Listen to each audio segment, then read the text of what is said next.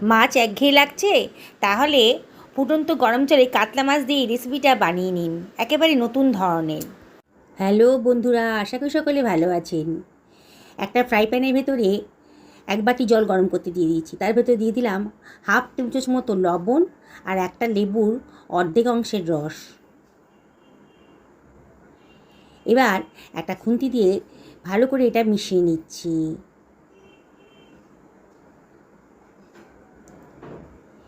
এবারে আমি আজকে কাতলা মাছ রান্না করব একেবারে ডিফারেন্ট স্টাইলে। এই কাতলা মাছগুলোকে আমি ফুটন্ত গরম জলের ভেতর দিয়ে দিচ্ছি। অনেকেই মাছ খেতে একেবারে পছন্দ করেন না। আপনারা যদি এই রেসিপিটা বানিয়ে দেন না, দেখবেন তারা কিন্তু মাছের ভক্ত হয়ে যাবে। আমি খুব বেশি এটাকে সেদ্ধ করব না। এই মিনিট খানেক ফুটন্ত জলে একটু নাড়াচাড়া করে মাছটাকে সেদ্ধ করে নেব।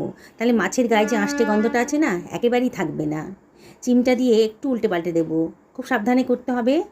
মাছ কিন্তু ভীষণই নরম, একটুতেই কিন্তু মাছটা বেশি সেদ্ধ হয়ে গেলে তখন ভেঙে যেতে পারে। হয়ে গেছে মিনিট খানেক। এবার আমি চিমটার সাহায্যে এই মাছগুলোকে তুলে অন্য একটা পাত্রের ভেতর রেখে দেব। সমস্ত মাছের টুকরোগুলোকেই জল থেকে তুলে অন্য একটা পাত্রের ভেতর রেখে দিচ্ছি।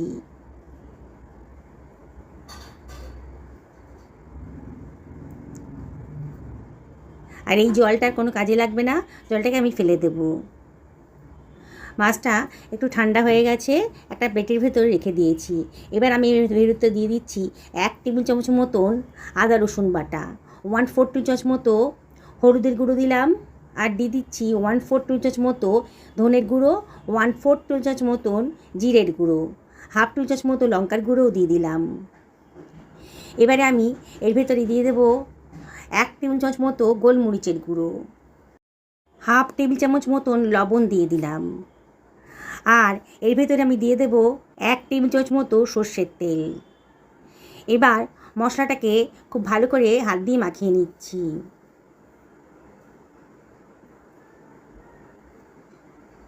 এবার এই মাখা মশলাটাকে আমি মাছের গায়ে ভালো করে মাখিয়ে দেব। খুব ভালো করে প্রতিটা মাছের টুকরোর সাথেই কিন্তু মশলাটাকে খুব ভালো করে মাখিয়ে নিতে হবে। তাহলেই কিন্তু মাছটা মাছের রেসিপিটা আর কি টেস্টি হবে। একবার এভাবে বানিয়ে দেখবেন। যারা মাছ খেতে পছন্দ করেন না তাদেরকে বানিয়ে দেবেন, দেখবেন তারা কিন্তু চেটে পুটে খাচ্ছে।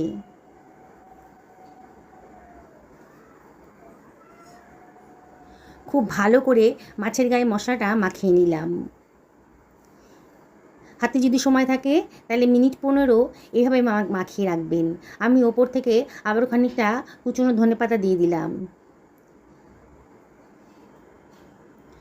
ধনেপাতার সাথেও মাছটাকে ভালো করে মাখিয়ে নিচ্ছি। দারুণ সুন্দর একটা টেস্ট আসবে। আঁশটি গন্ধ একেবারেই থাকবে না। আর দারুণ স্বাদের রেসিপিটা আপনারা লুচি, রুটি, পরোটা, পোলাও, ভাতের সাথে কিন্তু খেতে পারবেন। এবার এটাকে আমি রেস্টে রেখে দিচ্ছি। আমি এখানে 2খানা পেঁয়াজ নিয়ে নিয়েছি, মাঝারি সাইজের পেঁয়াজ। পেঁয়াজটাকেও খোসাটা ছাড়িয়ে কুচি কুচি করে কেটে নেব। খুব পাতলা পাতলা করে কেটে নিচ্ছি।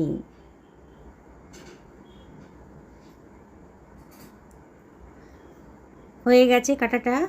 এবার পেঁয়াজ কুচিটাকে আমি সরিয়ে রাখবো। ঘরে থাকা উপকরণ দিয়েই কিন্তু অসাধারণ টেস্টি একটা মাছের রেসিপি তৈরি হয়ে যাবে। একটা টমেটো নিয়ে নিয়েছি, মাঝারি সাইজের টমেটো। টমেটোটাকেও আমি কুচি কুচি করে কেটে নেব। গ্যারেন্টি দিয়ে বলতে পারি, মাছের রেসিপিটা দেখার পর শুধু দেখলে তো হবে না, একবার খাওয়ার পর আপনাদের মনে হবে, ইস, আগে কেন জানতাম না এই রেসিপিটা, এতটাই টেস্টি। টমেটো কাটা হয়ে গেছে।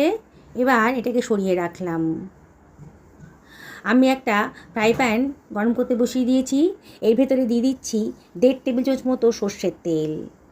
তেলটাকে খুব ভালো করে গরম করে নেব। এবার এর ভেতর দিয়ে দিচ্ছি 1/4 টেবিল চামচ মতো গোটা জিরে। জিরেটাকে একটু ফ্রাই করার পর কুচনো পেঁয়াজটাও দিয়ে দিলাম। দিয়ে একটু নাড়াচাড়া করে নিচ্ছি। একটু ভাজা ভাজা মতো করে নেব। একটু নাড়াচাড়া করে দিতে হবে, নাহলে কিন্তু পোড়া লেগে যেতে পারে। এবারে এর ভিতরে আমি দিয়ে দেব 1 টেবিল চামচ মতো আদা রসুন বাটা। এবারে এর ভেতরে আমি দিয়ে দিচ্ছি প্রয়োজন মতো লবণ, হাফ টেবিল চামচ মতো লবণ দিলাম, যদি পরের প্রয়োজন হয় তাহলে আরেকটু দিয়ে নেব। দিয়ে সব কিছু খুব ভালো করে মিশিয়ে নিচ্ছি, একটু ভাজা ভাজা মতো করে নেবো, আগেই বলেছি। এবারে মিনিট খানিক বাদে আমি এর ভেতরে দিয়ে দিচ্ছি কুচানো টমেটোটা, আবারও সব কিছু খুব ভালো করে মিশিয়ে নিচ্ছি। গ্যাসের ফ্লেমটা কিন্তু মিডিয়াম টু হাইতে রেখেছি।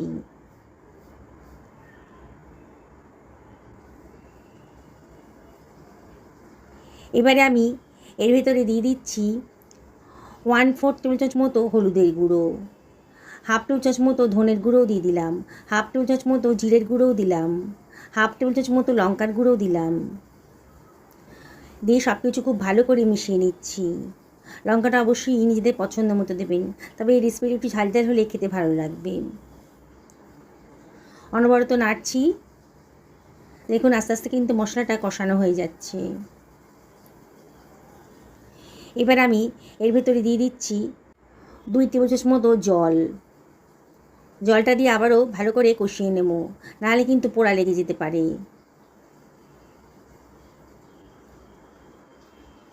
অনবরত নাড়াচাড়া করে দিচ্ছি। এবার এটাকে আমি অন্য একটা গ্যাসের ওভেনে সরিয়ে রাখছি, লো ফ্লেমে রান্না করতে দেব। একটা তাওয়া গরম করতে দিয়ে দিচ্ছি, ওর ভেতরে দিয়ে দিলাম 1 টেবিল চামচ মতো সর্ষের তেল। খুব ভালো করে তেলটাকে গরম করে নেব। এবারে আমি এর ভেতর দিয়ে দেব ম্যারিনেট করা মাছের টুকরোগুলো। বুঝতেই পারছেন আজকে তাওয়া ফ্রাই মাছের রেসিপি আমি নিয়ে এসেছি, অসম্ভব টেস্টি। একবার যদি খান না, সবাই কিন্তু জিজ্ঞেস করবে যে কোন রেস্টুরেন্ট থেকে আপনি এই রেসিপিটা আনিয়েছেন, এতটাই সুন্দর।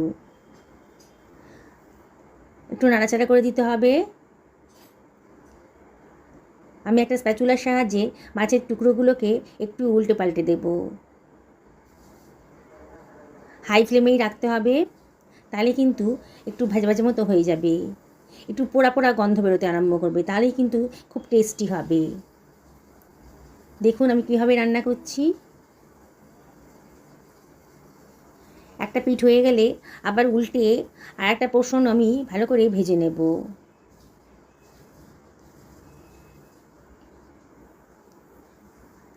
তাওয়াটা ধরে মাঝে মাঝে একটু নাড়াচাড়া করে দেবেন, তাহলে কিন্তু খুব ভালো করে মাছের টুকরোগুলো ভাজা হয়ে যাবে, একটা স্মোকি ফ্লেভারও আসবে।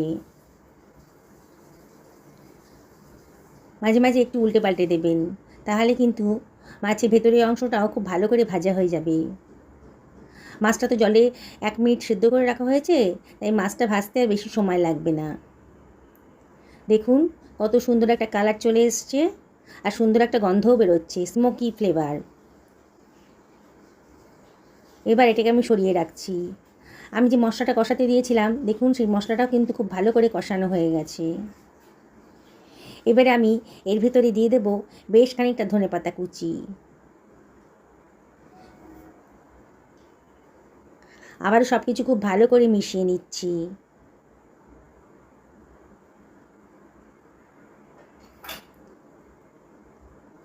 বাড়ির গেস্টদের যদি এই রেসিপিটা করে খাওয়ান না, সবাই কিন্তু আপনার প্রশংসা করবে রান্নার। আবার 2 টেবিল চামচ মতো জল এর ভেতরে দিয়ে দিলাম, দিয়ে আবারও সব কিছু খুব ভালো করে মিশিয়ে নিচ্ছি। গ্যাসের ফ্লেমটা আবারও এখানে মিডিয়াম টু হাইতে করে দিয়েছি। এবারে আমি এর ভেতরে দিয়ে দেব ভেজে রাখা মাছগুলো। চিমটার সাহায্যে ধরে আমি ওপরের দিকে দিয়ে দিচ্ছি মশলার ওপরে। একেবারে নতুন ধরনের রেসিপি, আগে হয়তো এরকম ধরনের রেসিপি আপনারা কোনো দিনই খাননি। একবার যদি খান না, বারে বারে কিন্তু মাছ আনলে পারি মনে হবে এইভাবে রান্না করি, এতটাই টেস্টি।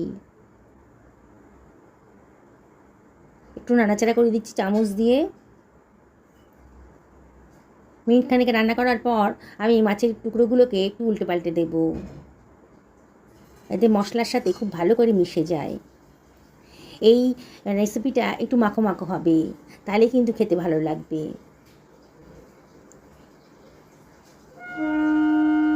মাছের রেসিপি খেতে খেতে তো বোর হয়ে গেছেন, একঘেয়ে লাগছে, একবার এভাবে বানিয়ে খান, দেখবেন অসম্ভব টেস্টি। আবার ওপর থেকে ধনেপাতা কুচি ছড়িয়ে দিলাম। সেই ফ্লেমটা এই সময় একেবারে লো করে দিয়েছি। ওপর থেকে দিয়ে দিচ্ছি হাফ টেবিল চামচ মতো গোলমরিচের গুঁড়ো, খুব সুন্দর খেতে লাগবে। আবারও কতগুলো চেরা কাঁচা লঙ্কা, মানে কাঁচা পাকা লঙ্কাও ওপর থেকে দিয়ে দিলাম। একটুখানি কসুরি মেথি হাতে ডলেও দিয়ে দিয়েছি। এবার এটাকে লো ফ্লেমে ঢাকা দিয়ে মিনিট 2 রান্না করে নেব। 2 মিনিট বাদে দেখুন আমার রান্নাটা কিন্তু কমপ্লিট হয়ে গেছে। সুন্দর একটা গন্ধও বেরোচ্ছে। একেবারে নতুন ধরনের রেসিপি।